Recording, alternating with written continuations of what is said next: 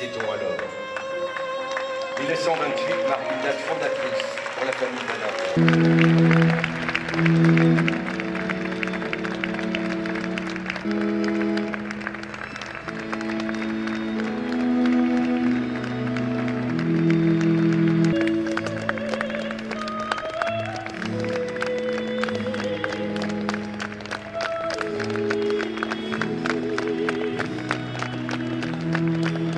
Robert Badinter entre au Panthéon avec les Lumières et l'esprit de 1789, la promesse accomplie de la Révolution.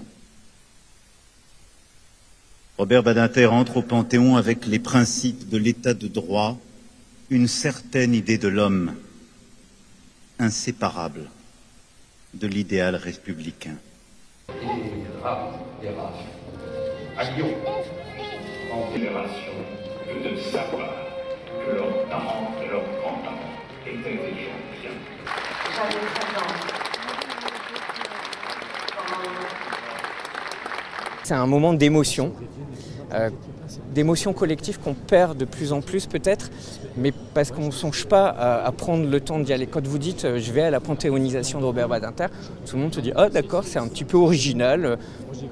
Un petit peu d'un autre temps, d'une autre époque, et bien pas du tout, parce que c'est lui qui le disait, le droit c'est pas la finalité, c'est le début de quelque chose, c'est le tremplin.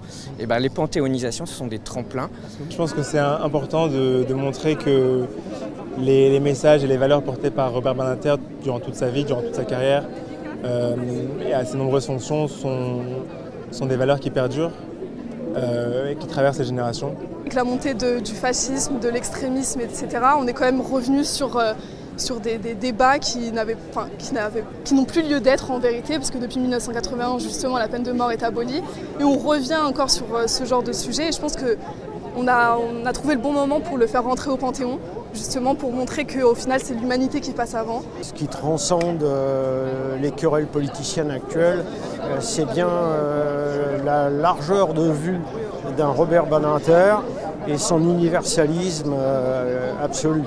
Voilà, pour les droits de l'homme, pour les libertés, pour la démocratie.